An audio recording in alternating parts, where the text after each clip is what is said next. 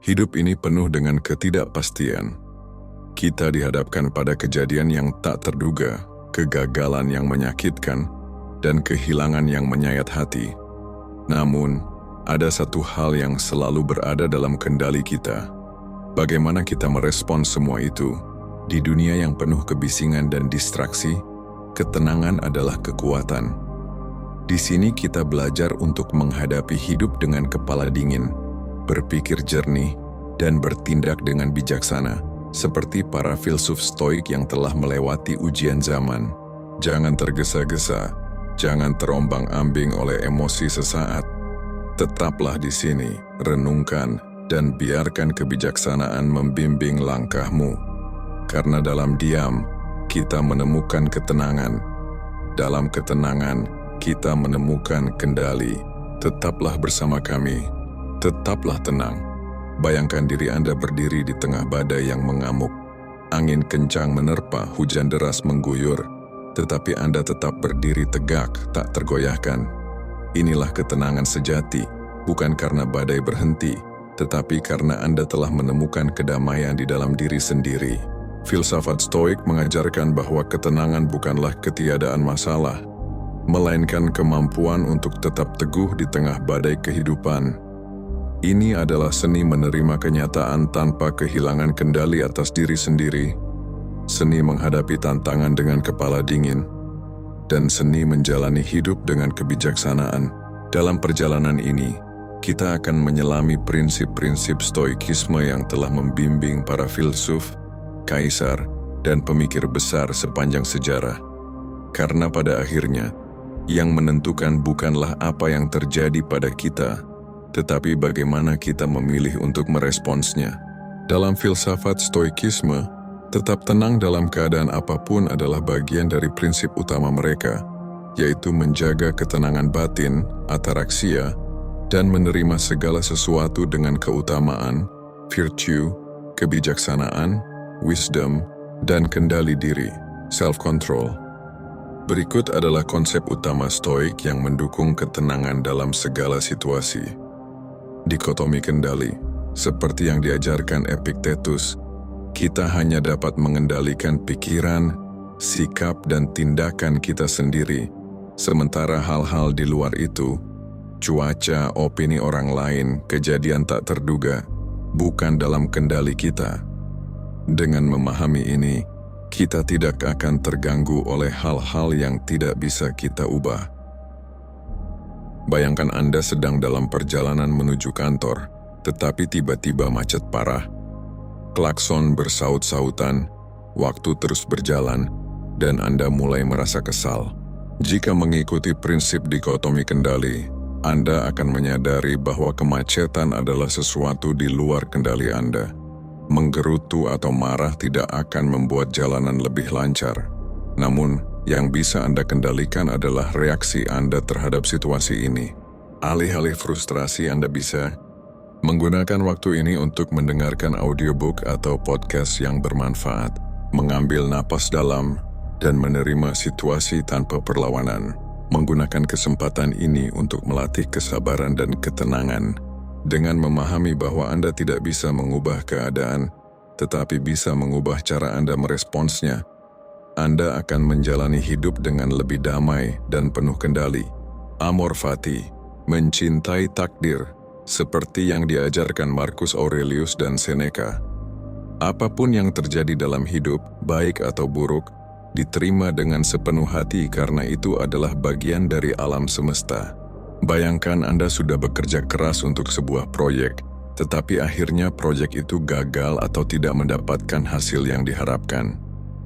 Rasa kecewa pasti muncul, tetapi menurut prinsip amor fati, mencintai takdir, Anda bisa melihat kegagalan ini bukan sebagai akhir, melainkan bagian dari perjalanan yang harus diterima dan bahkan disyukuri. Daripada tenggelam dalam kekecewaan, Anda bisa melihat kegagalan ini sebagai pelajaran untuk berkembang, menganalisis apa yang bisa diperbaiki di masa depan, menerima bahwa tidak semua hal berjalan sesuai rencana, dan itu tidak masalah. Dengan mencintai segala yang terjadi, baik atau buruk, Anda tidak hanya menerima hidup apa adanya, tetapi juga tumbuh lebih kuat dan lebih bijaksana. Premeditatio malorum. Merenungkan kemungkinan terburuk sebelum terjadi. Dengan membayangkan tantangan atau kesulitan yang mungkin datang, kita bisa lebih siap dan tetap tenang saat menghadapi kenyataan.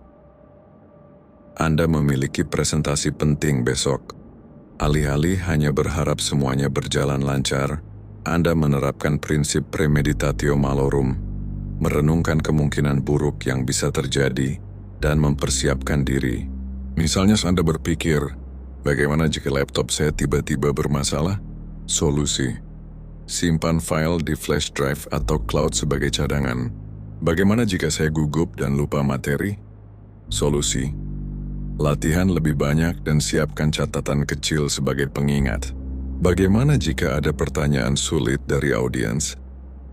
Solusi: pelajari materi lebih dalam dan siapkan jawaban untuk pertanyaan yang mungkin muncul. Dengan membayangkan kemungkinan buruk sebelum terjadi, Anda tidak hanya lebih siap tetapi juga lebih tenang saat menghadapi situasi sebenarnya.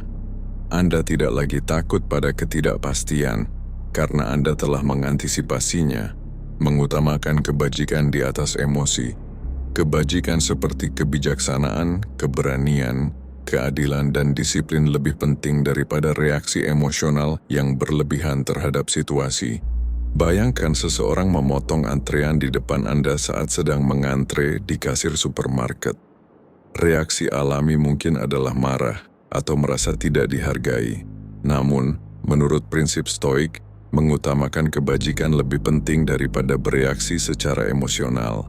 Alih-alih terpancing emosi dan membalas dengan kemarahan, Anda bisa memilih untuk bersikap tenang, tidak membiarkan tindakan orang lain mengendalikan emosi Anda.